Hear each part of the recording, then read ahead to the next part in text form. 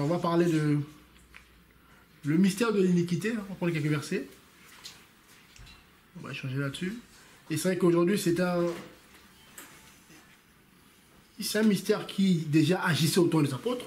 Le bien-aimé Paul en parle déjà, hein, quand on prend 2 Thessaloniciens 2 là-bas. Voilà. Donc, voilà, on va prendre ce passage-là. Donc, la parole nous parle de beaucoup de mystères. Hein. Mystère de la piété, on l'a lu la dernière fois. Donc, là, on nous parle de mystère de l'iniquité. Voilà, quand on parle de l'iniquité, c'est simplement le mot grec, en gros, en hébreu, c'est sans loi, c'est la méchanceté, quoi. En gros, c'est un mystère simplement de la violation de la loi. Et quand on parle de loi, c'est bien sûr la loi du Seigneur, hein, c'est pas la loi du monde, en fait. C'est un peu le monde à l'envers aujourd'hui. Le monde nous impose sa loi à lui, qui est contraire à la loi divine, la loi du Seigneur. Donc aujourd'hui, beaucoup de bien-aimés, c'est-à-dire les païens, bon, malheureusement, et même les disciples du Mashiach, qui ne sont pas affermis, ben, marchent du coup plus par la loi du monde, des hommes. Donc ils pratiquent plus le mystère de l'iniquité que le mystère de la piété. Parce que là, en gros, Dieu s'est fait homme, donc du coup, avec un message derrière. C'est ça, hein, 1 Timothée 3,16. Dieu s'est fait homme, c'est pour un message, pour sauver. Mais le diable aussi a ce mystère à lui, l'iniquité, donc sans loi. Donc en gros, ben, en fait, c'est carrément la personne de l'Antichrist, tout simplement. Voilà, parce qu'on va le lire, hein, frère, il va m'aider. On va voir bien ce qu'on comprend. Donc, 2 Thessaloniciens 2 là-bas, on va lire à partir du verset. 2 Thessaloniciens 2, merci Seigneur pour ta parole.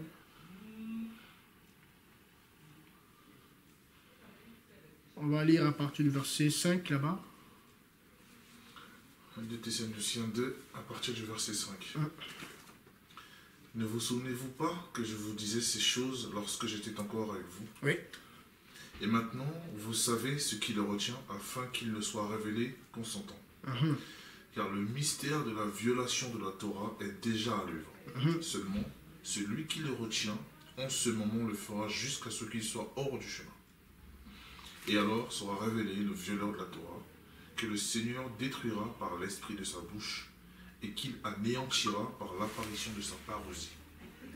Lui, dans la parousie, est selon l'efficacité de Satan, avec toute puissance, avec des signes et des prodiges mensongers, et avec toutes les séductions de l'injustice pour ceux qui périssent, parce qu'ils n'ont pas reçu l'amour de la vérité pour être sauvés.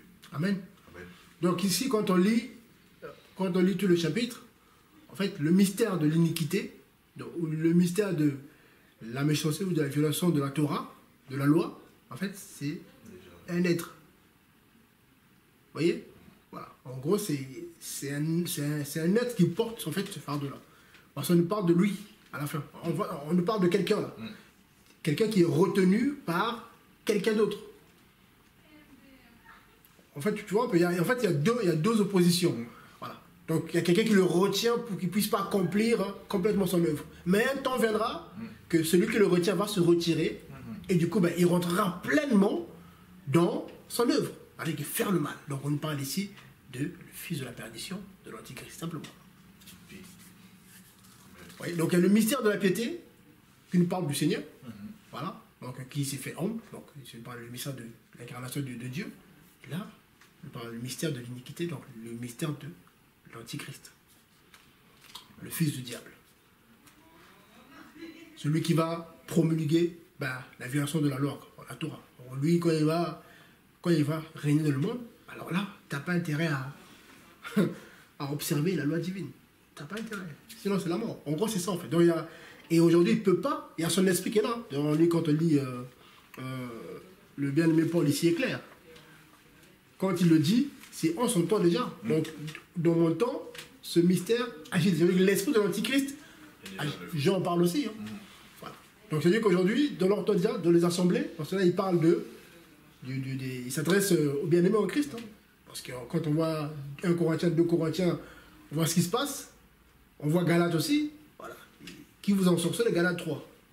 Vous à qui Christ a été dépeint, je vous ai prêché Christ comme jamais, Mais aujourd'hui, vous retournez dans ce que vous avez vomi hier. Donc voilà, donc, cet esprit était déjà là en fait. Et du coup, on apprend des gens comme Hyménée, Alexandre qui faisaient naufrage par rapport à la foi. Avec les gens qui étaient convertis, qui avaient le Seigneur, et à la fin, ils ont fait quoi? Ils sont retournés, ils ont perdu la foi. Pareil aussi pour 2 Pierre 2. Bien aimé Pierre, voilà, il dénonce voilà, les faux serviteurs voilà, qui sont retournés dans ce qu'ils ont vomi hier. Et que, ça veut dire qu'ils les avaient fait du bien, mais ils sont retournés dans ce qu'ils ont vomi hier. Donc c'est le mystère là qui continue à agir aujourd'hui. Aujourd'hui, il prend de l'ampleur, mais ça y est. Aujourd'hui, va savoir qui est vrai, qui est faux. Tout le monde est chrétien, mais va savoir qui est vrai, qui est faux. Tu es obligé de prier, de prendre le temps de la prière pour que te dise si réellement lui il est du Seigneur. Mais avant, c'était pas comme ça. Avant, les apôtres, ils faisaient facilement confiance. Même s'il y avait quand même, lui, il y avait des faux, mais il n'y avait pas besoin de discerner, non. Mais aujourd'hui, tu n'as pas le choix. Tu es obligé de vraiment éprouver l'esprit. Est-ce que réellement, celui qui a la Bible dans la main, est-ce que vraiment il est conduit par le Saint-Esprit ou par un autre esprit?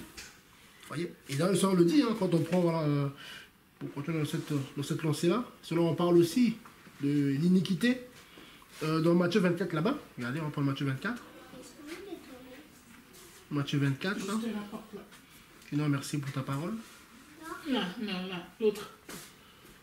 Ici, oui. Voilà, Matthieu 24, on va lire à partir du verset 10 là-bas. Seigneur, merci pour ta parole.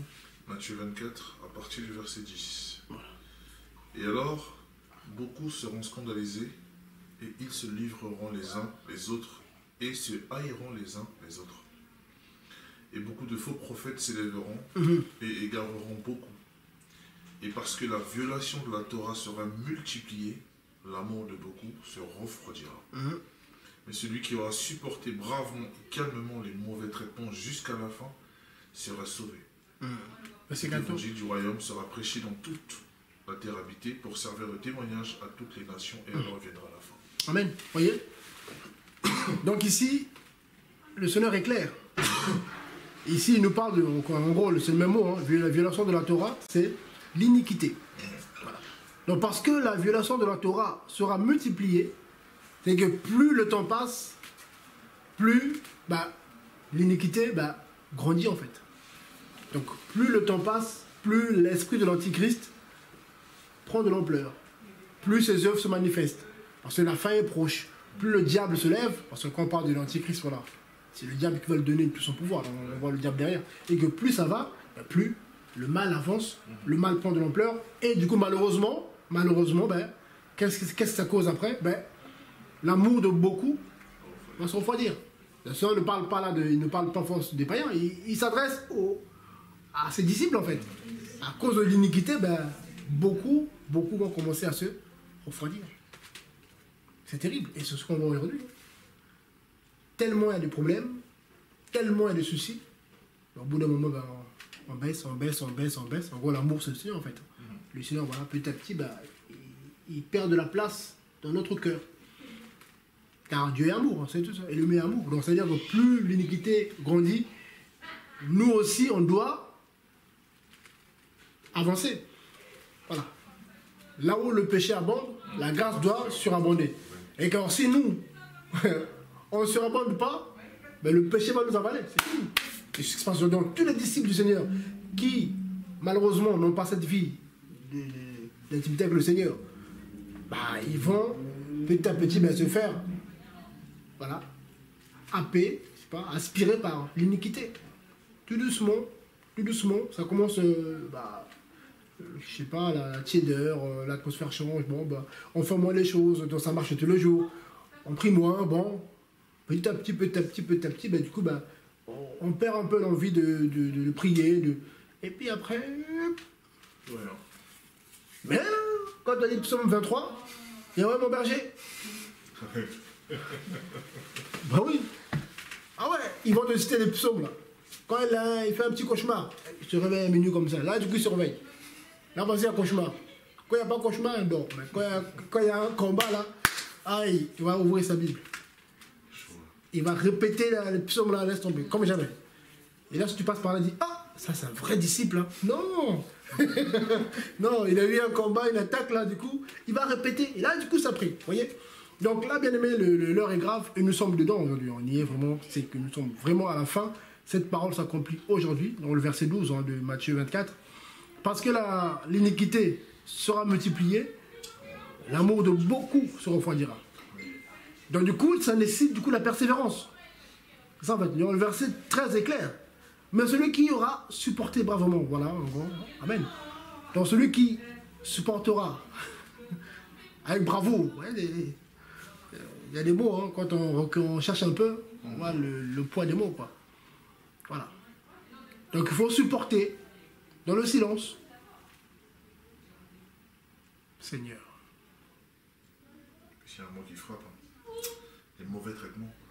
Mauvais traitements, c'est-à-dire que des fois on peut avoir raison, mais on se lamine, quoi. C'est-à-dire que même ça on doit supporter. Et l'apôtre Paul nous dit que c'est dans le calme que l'on est fort. Donc quelque part, on a besoin d'être calme. Il ne faut pas qu'on soit agité, il ne faut pas qu'on soit troublé, hein, comme la parole nous le dit.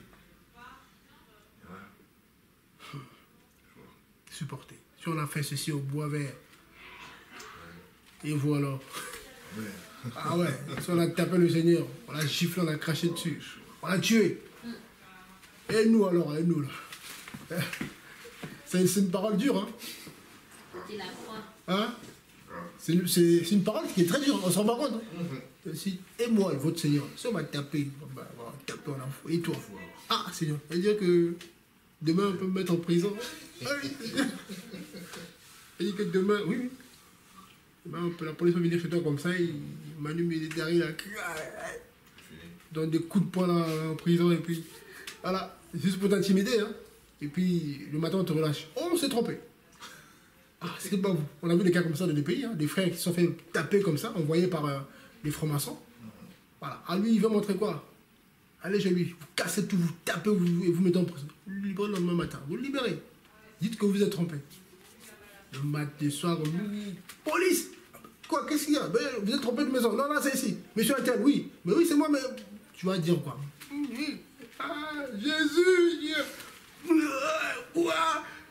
Prison, là-bas. Après le matin. Oh, il y a un mot qui est arrivé du chef. On s'est trompé. Vous êtes libre.